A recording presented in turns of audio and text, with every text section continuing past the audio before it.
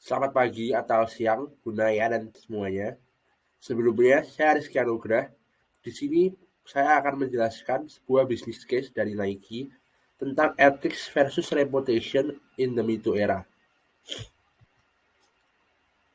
Pada slide pertama, saya akan menjelaskan sedikit overview tentang case-nya. Gerakan Me Too yang melanda telah merambah ke dunia korporat, dimulai dengan revolusi di dalam kantor Nike. Sejumlah wanita di perusahaan pakaian olahraga Nike telah memberontak terhadap pelecehan seksual dan perlakuan tidak adil di tangan dewan yang didominasi pria. Dan protes mereka telah menyebabkan eksodus eksekutif puncak Nike. Semuanya dimulai di kantor pusat Nike di Beaverton, Oregon, dengan survei yang menanyakan apakah pekerja wanita mereka mengalami pelecehan seksual dan diskriminasi gender di kantor. Pada tanggal 5 Maret, hasil kuesioner tersebut dibawa ke kepala eksekutif Nike, Mark Parker. Beberapa minggu kemudian menyebabkan keluarnya Six Top Male Eksekutif dari Nike dan berdampak pada strategi pertumbuhan Nike. Kemudian pada slide kedua, saya akan menjelaskan tentang identifikasi masalah. Di sini saya menggunakan tools Fishbone Diagram. Dan dari Fishbone Diagram ini saya menemukan beberapa permasalahan. Yang pertama ada tingkat pertumbuhan menurun, kemudian perilaku buruk karyawan, kemudian ada diskriminasi gender, mengembalikan kepercayaan pekerja, kemudian reputasi Nike menurun, manajemen tingkat atas yang buruk, dan juga pelecehan seksual. Kemudian pada slide selanjutnya ada bagian solusi. Di sini pada problem pertama, tingkat pertumbuhan Nike menurun. Tingkat pertumbuhan Nike di pasar pakaian dan alas kaki Amerika Serikat menurun dari 2016 hingga 2017. Sedangkan pesaing terdekatnya Adidas meningkat.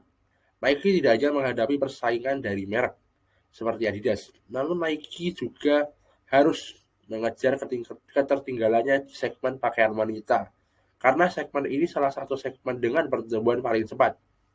Menurut para kritikus, kehadiran Nike yang lebih lemah di segmen perempuan merupakan cerminan dari budaya yang didominasi pria dan kurangnya kepemimpinan wanita.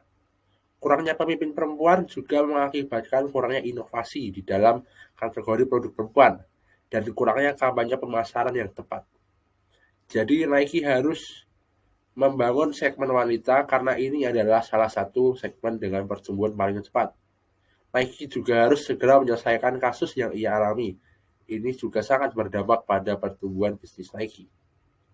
Kemudian pada problem kedua, diskriminasi gender, karyawan menggambarkan diri mereka sebagai terpinggirkan akibat diskriminasi gender dan diabaikan untuk promosi. Karyawan juga melaporkan diskriminasi selama rapat staf. Demikian pula karyawan wanita dikeluarkan dari beberapa kategori penting seperti bola basket dan peralatan olahraga lainnya. Ketika karyawan wanita mengeluh tentang diskriminasi gender kepada HRD, mereka sering diabaikan dan mereka tidak pernah melihat hukuman apapun untuk perilaku tersebut. Masalah utamanya ada pada Departemen HRD yang kurang memperhatikan masalah diskriminasi gender. Jadi, karena masalah utamanya pada Departemen HRD yang kurang memperhatikan masalah diskriminasi gender, sehingga Nike harus merombak susunan staf HRD atau mengawasi dengan betul HRD agar tidak mentoleransi diskriminasi gender. Kemudian pada problem ketiga, tentang perilaku buruk karyawan.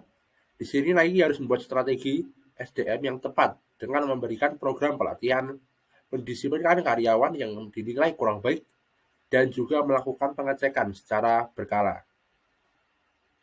Kemudian selanjutnya pada problem keempat, pelecehan seksual. Beberapa pelecehan seksual dilakukan oleh rekan kerja atau atasannya atau manajemen tingkat atas. Nike di sini harus tegas dan tidak mentoleransi sama sekali pelaku tindakan pelecehan seksual dengan memberi sanksi yang sesuai. Kemudian pada problem kelima, manajemen tingkat atas yang buruk. Nike berusaha melakukan perubahan di bidang manajemennya. Nike berkomitmen bahwa Nike akan memiliki lingkungan di mana setiap karyawan Nike dapat memiliki pengalaman yang positif.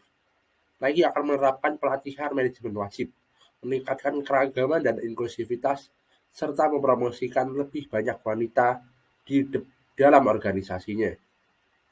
Kemudian pada problem ke-6, yaitu reputasi Nike menurun. Di sini solusinya Nike harus membangun reputasinya lagi dengan segera menyelesaikan segala permasalahan yang ada, sehingga dengan cara tersebut reputasi Nike akan meningkat. Kemudian pada masalah terakhir atau problem ke-7 tentang mengembalikan kepercayaan para pekerja. Di sini Nike harus mengembalikan kepercayaan para pekerja dengan bersikap transparan, mengakui kesalahan yang diperbuat dan memberikan kepedulian dan perubahan dari kesalahan-kesalahan tersebut. Dengan begitu, kepercayaan pekerja juga akan kembali. Baik, sekian presentasi dari saya. Ada kurangnya saya mohon maaf. Terima kasih.